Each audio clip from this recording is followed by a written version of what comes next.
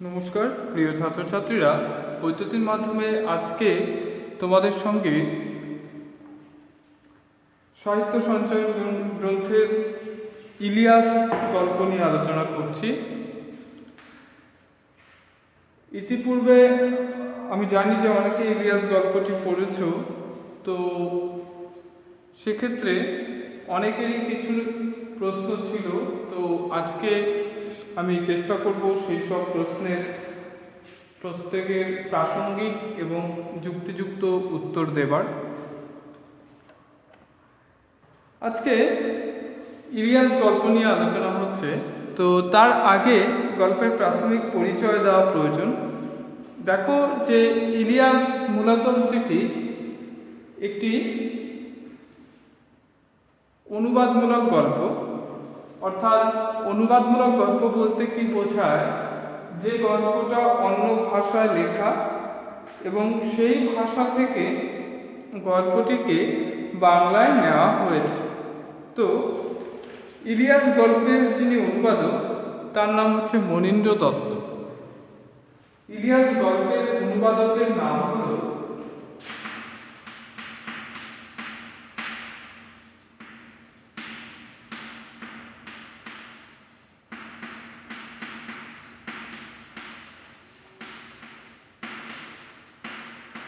মনীন্দ্র দত্ত।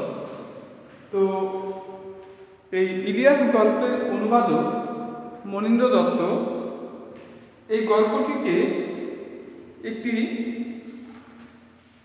বিশ্ব সাহিত্যের অংশ, তো সেই বিশ্ব সাহিত্যের অংশ থেকে গ্রহণ করেছেন। বিশ্ব সাহিত্যের মূলত একজন বিখ্যাত শিল্পী লিও টলস্টয়, সেই টলস্টয়ের ইলিয়াস গল্প থেকে বা গল্পের অনুবাদ হচ্ছে আজকে আমাদের এই ইলিয়াস মনীন্দ্র দত্তের লেখা এই গল্পটি। মূল গল্পের লেখক ইলিয়াস, মূল গল্পের লেখক লিও টলস্টয়, কিন্তু বাংলায় গল্পটিকে তর্জমা বা ট্রান্সলেট করেছেন মনীন্দ্র দত্ত। গল্পটি একটি মানুষের স্বাভাবিক জীবন থেকে একজন অস্বাভাবিক বা একেবারে নিম্নবৃত্ত অবস্থা থেকে কিভাবে জীবনের সামগ্রিক আভিজাত্যের দোরগোড়ায় পৌঁছে গিয়েছিলেন এবং তার থেকে কেমন করে আবার জীবনের মূল শান্তির স্রোতে তিনি এসেছিলেন, সেই দিকটাই আমরা এখানে পড়ব। আজকে যে এই ইলিয়াস গল্পের বিষয়টি পড়ছি, এটি নেওয়া হয়েছে 23 টেলস নামক একটি গল্প সংকলন থেকে, লিও টলস্টয় যার লেখক। ইলিয়াস একজন বাস্কির ছিলেন। বাস্কির মূলত হচ্ছে কি যে যাযাবর জীবনযাপন যারা করে থাকে তাদেরকে বলে। আর তার বাড়ি ছিল কোথায়? উফা প্রদেশে। ইলিয়াসের বাড়ি ছিল উফা প্রদেশে। তো মধ্য এশিয়ার একটি বিখ্যাত জায়গা এবং মরু অঞ্চল। তো সেই রকম একটা দুঃখ পরিবেশ এর মধ্যে ইলিয়াসের সংসার। কঠোর পরিশ্রম করে 35 বছরের মধ্যে প্রচুর সম্পত্তির মালিক হয়েছিলেন কে? এই ইলিয়াস। তাহলে ইলিয়াস কত বছর কঠোর পরিশ্রম করেছেন? ইলিয়াস কঠোর পরিশ্রম করেছেন, যেহেতু তোমাদের এমসিকিউ কোশ্চেন আছে তাই এই ধরনের প্রশ্নগুলোকে একটু বেশি গুরুত্ব দিতে হয়। ইলিয়াস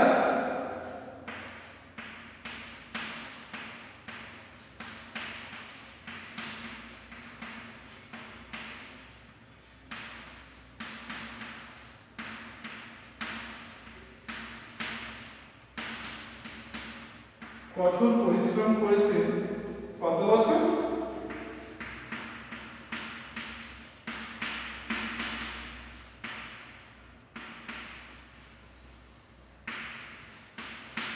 ইলিয়াস কঠোর পরিশ্রম করেছেন সুদীর্ঘ ৩৫ বছর।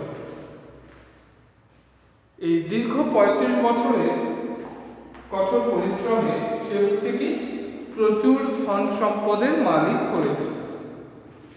আর স্বাভাবিক কাহিনী তোমাদের কাছে আলোচনা করব, কিন্তু সেই সঙ্গে হচ্ছে কি যে এমসিকিউর জন্য যে অংশগুলো অত্যন্ত গুরুত্বপূর্ণ সেগুলো হচ্ছে আলোচনা করতে হবে।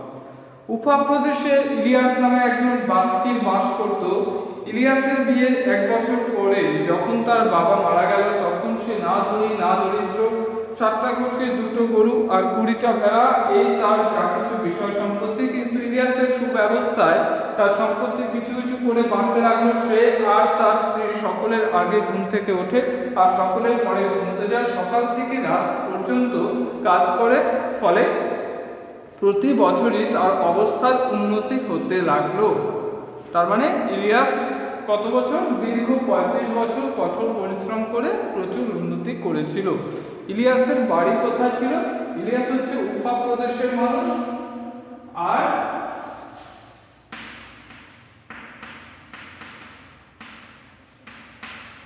ইলিয়াস ছিল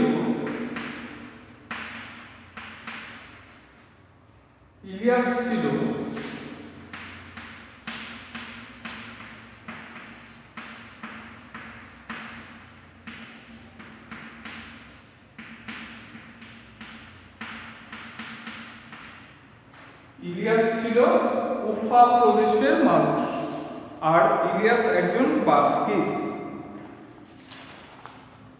এইভাবে 35 বছর পরিশ্রম করে সে প্রচুর সম্পত্তি করে ফেলল। তখন তার 200 ঘোড়া, 150 গরু মোষ আর 1200 ভেড়া, অর্থাৎ ইলিয়াসের আগের সম্পদ আর পরের সম্পদের একটা কিন্তু বিষয় মনে রাখবে।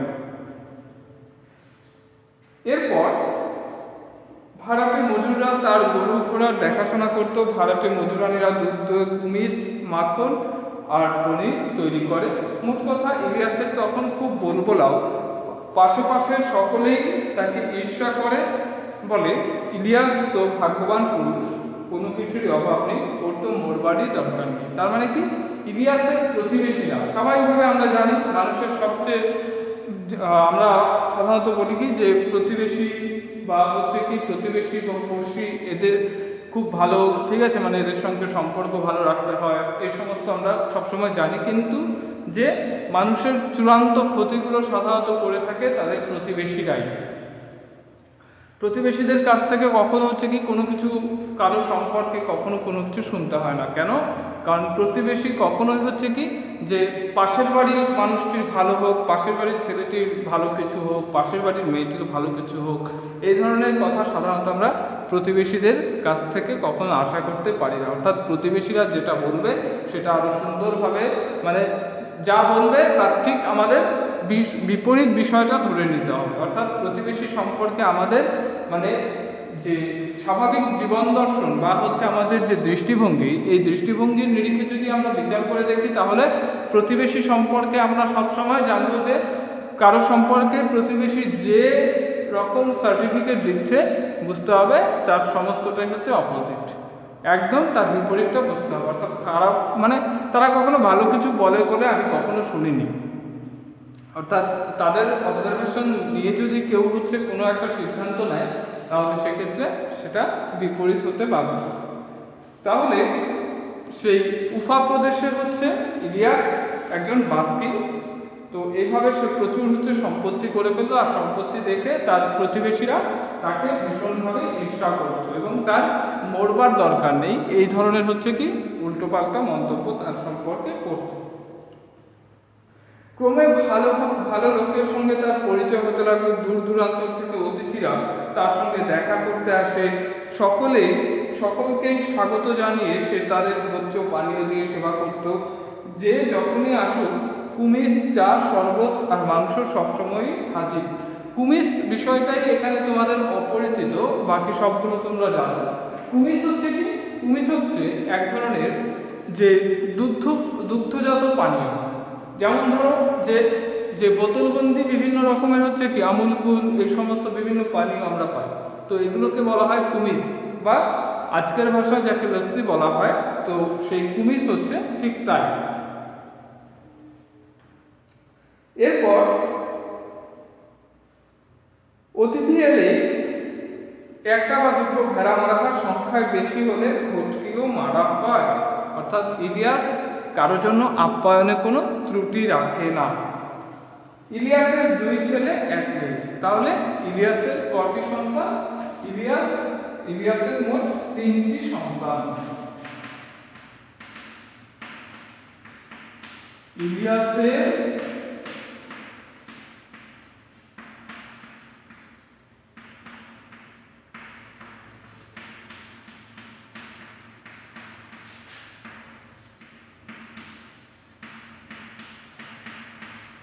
ইলিয়াসের সন্তান হলো 3টি।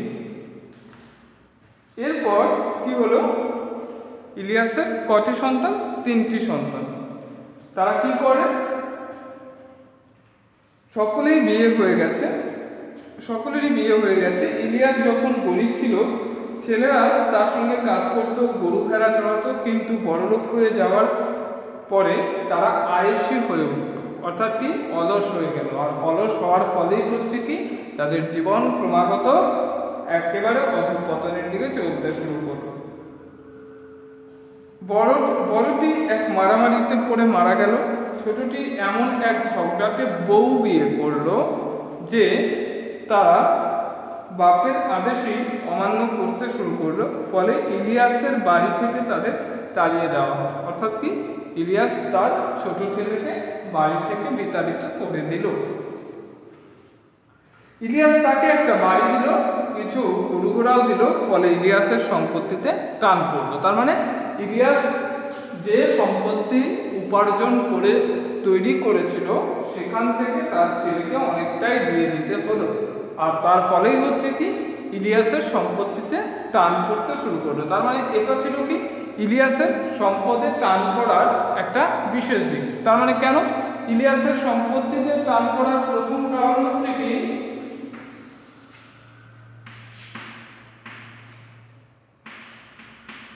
ইলিয়াস তার ছোট ছেলেকে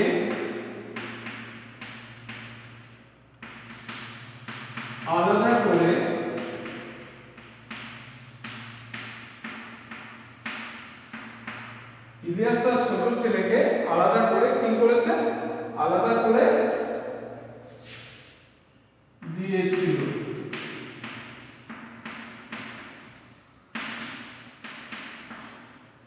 এখানে তার কিছু সম্পত্তি চলে গেল, তার মানে কি আলাদা করে দিয়েছিল। এটা হচ্ছে ইলিয়াসের সম্পত্তিতে টান পড়ার একটা প্রথম কারণ, তাই তো?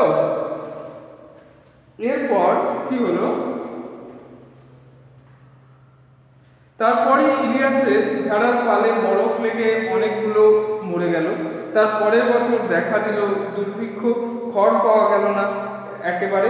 ফলে সে বছর শীতকালে অনেক গরু মোষ না খেয়ে মরল। তার মানে কি মরক, মানে এপিডেমিক বা যে প্যান্ডেমিক বলা হয়, তো সেটা অর্থাৎ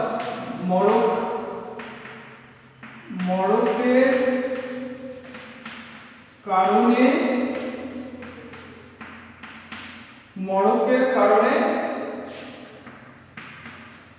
কিছু জন্তু মারা গেছে।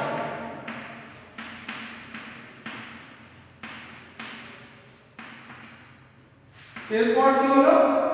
দুর্ভিক্ষের কারণে কি হলো? খাবার পাওয়া যায় না, তাই তো? দুর্ভিক্ষের কারণে খাবার না পাওয়া যাওয়ায় অনেকগুলো গরু মোষ মারা গেছে। দুর্ভিক্ষ।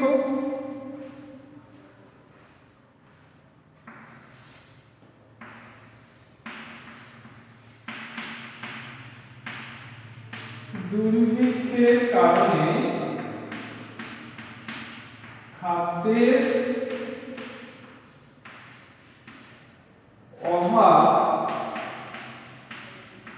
অভাবে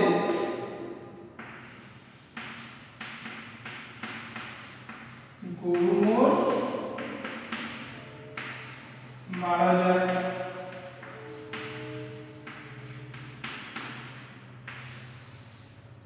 তাহলে ইলিয়াসের সম্পত্তি ক্রমশ কমে যাওয়ার কারণগুলো কিন্তু আমরা প্রথাগতভাবে ধারাবাহিকভাবেই পেয়ে যাচ্ছি। এরপর কি হলো,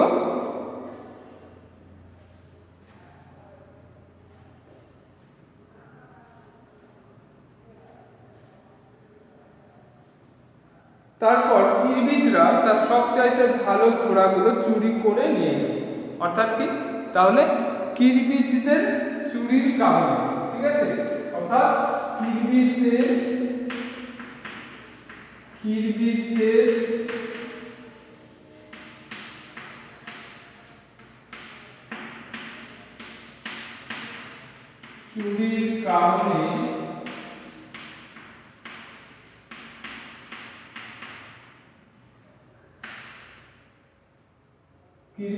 চুরির কারণে অনেক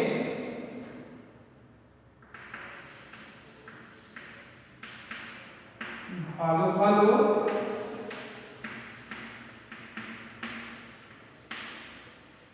জন্তু থাকলো।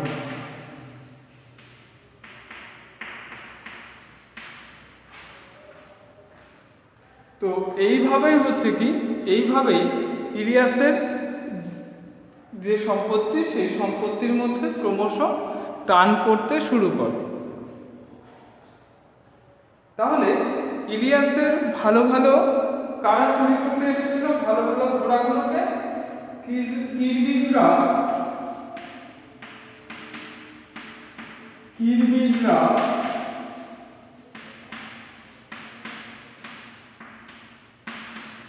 ইলিয়াসের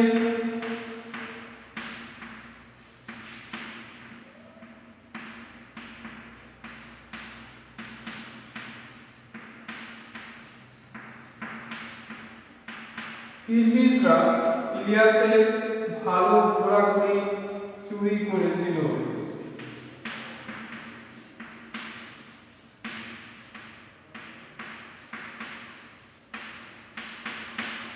কিরবিজরা ইলিয়াসের ভালো ঘোড়াগুলিকে চুরি করেছিল।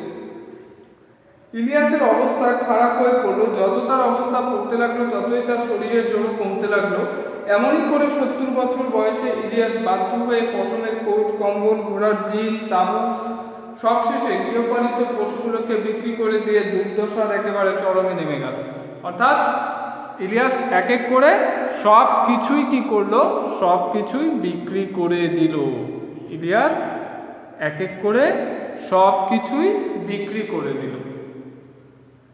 এরপরে কি হয়, আসল অবস্থা বুঝে ওঠার আগে সে একেবারে সর্বহারা হয়ে পড়ল। ফলে বৃদ্ধ বয়সে স্বামী স্ত্রীকে অজানা লোকের বাড়িতে বাস করে তাদের কাজ করে খেতে হতো। সম্বলের মধ্যে রইল শুধু কাঁধে একটা বোঁচকা, তাতে ছিল একটা লোমের তৈরি কোট, টুপি, জুতো আর বুট, আর বৃদ্ধা স্ত্রী শামশামা। তো সেক্ষেত্রে এইভাবেই ইলিয়াস একেবারে সর্বশান্ত অবস্থায় পড়েছিল। বিতাড়িত পুত্র অনেক দূর দেশে চলে গেছে, মেয়েটিও মারা গেছে, বৃদ্ধ দম্পতিকে সাহায্য করবার তখন কেউ নেই। তো এইরকম একটা ভয়াবহ পরিস্থিতির মধ্যে ইলিয়াস তার জীবনের একেবারে অসহায় অবস্থার সম্মুখীন হল। মোহাম্মদ শাহ নামে এক প্রতিবেশীর করুণা হলো বুড়ো বুড়ির জন্যে। সে নিজে ধনীও নয়, গরিবও নয়, তবে থাকতো সুখে আর লোকও ভালো। ইলিয়াসের অতিথি বৎসলতার কথা স্মরণ করে তার খুব দুঃখ হলো। বলল, ইলিয়াস, তুমি আমার বাড়ি এসে আমার সঙ্গে থাকো, বুড়িকেও নিয়ে এসো, যতটা ক্ষমতায় কুলোয় গ্রীষ্মে আমার তরমুজের খেতে কাজ করবে, আর শীতকালে গরু ঘোড়াগুলোকে খাওয়াবে, শামশামাগিও ঘটকিগুলোকে ধুইতে পারবে, কুমিজ তৈরি করতে পারবে। আমি তোমাদের দুজনেরই খাওয়া পড়া দেব, এছাড়া যদি কখনো কিছু লাগে বলবে তাও না। ইলিয়াস প্রতিবেশীকে ধন্যবাদ দিল। সে আর তার স্ত্রী মোহাম্মদ শাহর বাড়িতে ভাড়াটে মজুরের কাজ করে খেতে লাগলো। অর্থাৎ কি, ইলিয়াস তাহলে কার বাড়িতে মজুরের কাজ নিল? মোহাম্মদ শাহ। ইলিয়াস মোহাম্মদ শাহর বাড়িতে মজুরের কাজ নিয়েছিল। ইলিয়াস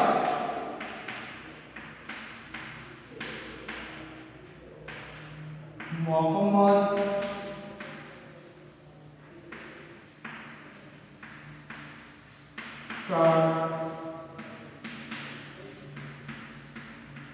ইলিয়াস মোহাম্মদ শাহ বাড়িতে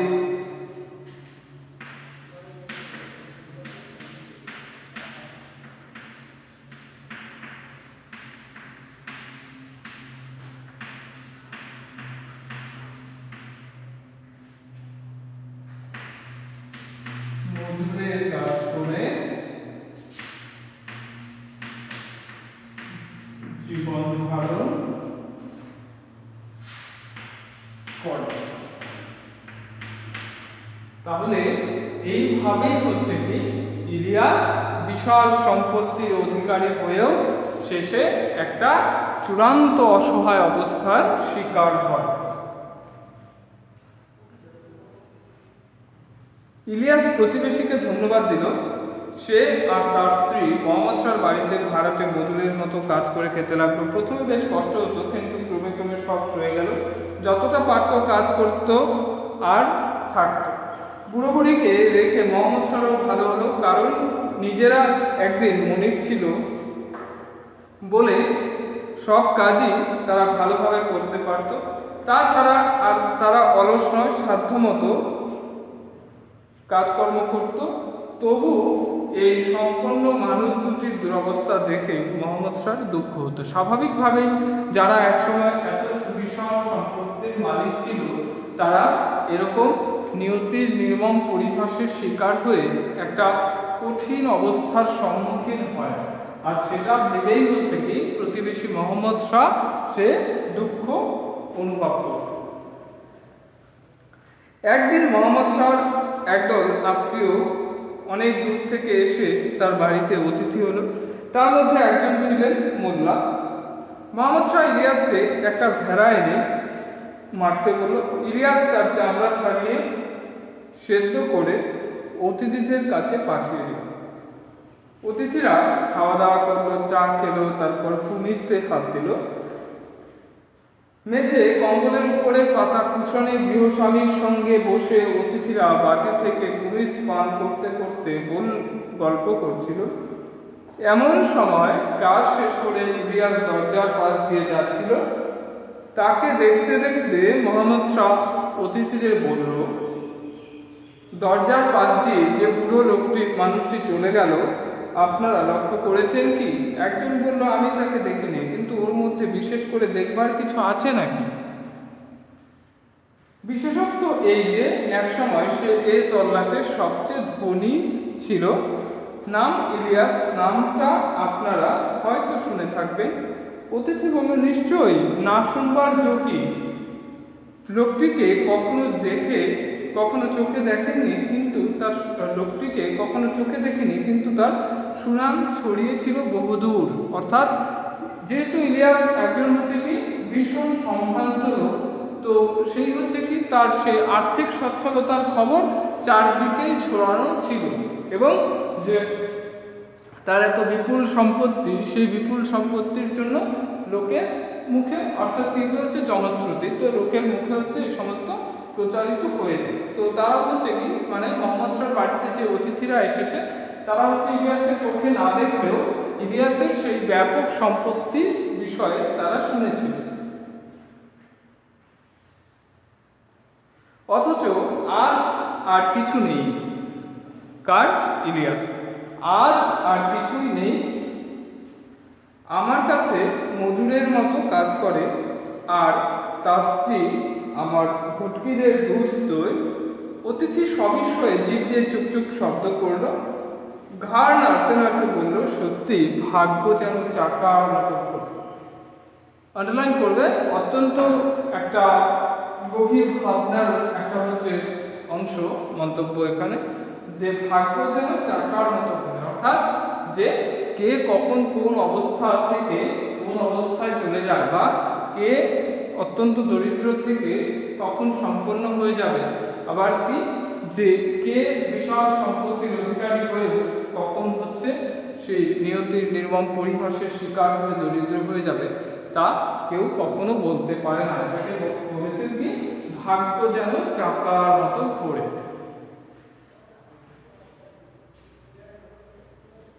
এরপর একজন উপরে উঠে তো আরেকজন তলায় পড়ে যায়। আহা, বলুন তো, পুরো লোকটা এখন নিশ্চয়ই খুব বিষণ্ণ, কি জানি খুব চুপচাপ আর শান্ত হয়ে থাকে, কাজও করে ভালো। অতিথি বলল, লোকটির সঙ্গে একটু কথা বলতে পারি কি? জীবন সম্পর্কে কিছু জিজ্ঞাসা করতে চাই আমি। গৃহস্বামী বলল, নিশ্চয়ই পারেন। তারপর তাঁবুর বাইরে গিয়ে ডাকলো, বাবাই, একবার এদিকে এসো তো, তোমার বুড়িকেও সঙ্গে নিয়ে এসো, আমাদের সঙ্গে একটু বসে একটু কুমিজ পান করবে। অর্থাৎ ইলিয়াসকে সেভাবে তারা ডেকে ইলিয়াসের সঙ্গে গল্প করতে চাইল, কথা বলতে চাইল। তো ইলিয়াস আর তার স্ত্রী এলো। ইলিয়াস অতিথি ও গৃহস্বামীকে নমস্কার করলো, প্রার্থনা করলো, তারপর দরজার পাশে এক কোণে বসলো। তার স্ত্রী পর্দার আড়ালে গিয়ে কর্ত্রীর পাশে বসল। ইলিয়াসকে এক বাটি কুমিজ দেওয়া হলো। সে আবার অতিথি ও গৃহস্বামীকে মাথা নিচু করে নমস্কার করলো এবং একটু খেয়ে বাকিটা নামিয়ে রাখলো। অতিথি তাকে জিজ্ঞাসা করলো, আচ্ছা বাবাই, আমাদের দেখে তোমার অতীত জীবনের সুখ সমৃদ্ধির কথা স্মরণ করে এখনকার দুরবস্থার কথা ভেবে কি খুব কষ্ট হচ্ছে? অর্থাৎ ইলিয়াসকে সেই তার জীবনের একেবারে যে চূড়ান্ত প্রশ্ন, অর্থাৎ তার জীবনের এত প্রভাব, এত প্রতিপত্তি, সমস্ত কিছুর থেকে দূরে সরিয়ে তাকে যখন এই ধরনের বাস্তব একটা প্রশ্ন জিজ্ঞাসা করা হলো, তো স্বাভাবিকভাবেই তার একটু মনক্ষুণ্ণ হওয়ার ব্যাপার চলে আসে। ইলিয়াস হেসে বলল, সুখ দুঃখের কথা যদি বলি, আপনারা হয়তো আমার কথা বিশ্বাস করবেন না, বরং আমার স্ত্রীকে জিজ্ঞাসা করুন। তিনি মেয়ে মানুষ, তার মনেও যা মুখেও তাই, এ বিষয়ে তিনি পুরো কথা বলতে পারবেন। তো এক্ষেত্রে যে ইলিয়াস তার স্ত্রীর কাছে এই কথার প্রশ্নের জবাব দেওয়ার জন্য তাকে বলে দিলেন যে তাকে জিজ্ঞাসা করুন। এখন একটি বিষয় এখানে দরকার, যে অনুবাদমূলক গল্প, অর্থাৎ লিও টলস্টয়ের লেখা এই গল্পটি অনুবাদ আসলে হচ্ছে কি একটি স্বতন্ত্র ধারা। অর্থাৎ অনুবাদকে যেমন হচ্ছে কি যে আমরা দেখেছি ঈশ্বরচন্দ্র বিদ্যাসাগর যে অভিজ্ঞান শকুন্তলম থেকে তিনি হচ্ছে কি শকুন্তলার অনুবাদ করেছেন, ঠিক আছে। তো এরকম ভাবে হচ্ছে কি তারপর হচ্ছে চেম্বার্সের রুডিমেন্ট অফ নলেজ অবলম্বনে হচ্ছে বায়োগ্রাফিস, ঠিক আছে। তো তারপর হচ্ছে এরকম শেক্সপিয়ারের কমেডি অফ এরর্স অবলম্বনে তৈরি করেছেন, লিখেছেন ভ্রান্তি বিলাস। তো এইভাবে শুধু ঈশ্বরচন্দ্র বিদ্যাসাগর নয়, তারও পরবর্তীকালে অনেকেই যে অনুবাদকে বাংলায় নিয়ে এসেছেন। অর্থাৎ বিশ্বের যা কিছু ভালো, যা কিছু মহৎ, তা কোনো হচ্ছে কি কোনো একটা মাত্র কোনো সীমানা বা কাঁটাতার এই সমস্ত গণ্ডিতে কখনো আবদ্ধ থাকে না। এই কারণে পৃথিবীতে যুগে যুগে সব সময় লেখকের লেখা এক ভাষায় তিনি হয়তো লিখেছেন, আর সেই লেখাই হচ্ছে কি নানা ভাষায় অনুবাদ হয়েছে। এই অনুবাদের মূল নিয়মটাই হচ্ছে কি বিশ্বের যে সামগ্রিকতা, অর্থাৎ বিশ্বের যা কিছু মহৎ, যা কিছু কল্যাণকর, যা কিছু মধ্যে জীবনের আদর্শ লুকিয়ে আছে, সেই আদর্শের কথাগুলো দেশ, কাল, পাত্র, জাতি, ধর্ম, বর্ণ নির্বিশেষে সকলের মধ্যে সেগুলোকে ছড়িয়ে দেওয়া দরকার। আর সেই ভাবনাকে আশ্রয় করে এই অনুবাদ তার একটা ব্যাপক স্বাভাবিকতা অর্জন করেছে। অর্থাৎ অনুবাদও হচ্ছে একটা স্বতন্ত্র সাহিত্য ধারা। তো ইলিয়াস গল্পটিও আমাদের তেমনই একটা জীবনের গভীর অভিজ্ঞতার শিক্ষা আমাদেরকে দিয়ে যাবে। আর আজকে যে আলোচনাটি আমি করেছি, এই আলোচনাটি আমি আশা করব সকলেই বুঝতে পেরেছ। আর বোর্ড ওয়ার্ক যেটা করানো হয়েছে আমি বুঝতে পারবো শুধুমাত্র প্রেজেন্ট লিখে অনেকেই ছেড়ে দেয়, এই করে যে কারা করছে এটা তাদের নাম নোট করা আছে। তো যারা ভিডিও দেখছো, এখানে যে অ্যাসাইনমেন্ট ওয়ার্কটা দেওয়া আছে, এই অ্যাসাইনমেন্ট ওয়ার্কটা অবশ্যই হচ্ছে কি, অবশ্যই আমাকে কপিতে লিখে সাবমিট করবে অ্যাসাইনমেন্ট ওয়ার্ক হিসেবে। অর্থাৎ এটা যে বোর্ডে দেওয়া হয়েছে তার মানে কি আমি এটা ভিডিওটা কারা দেখছে সেটার জন্যই আমি দিয়েছি।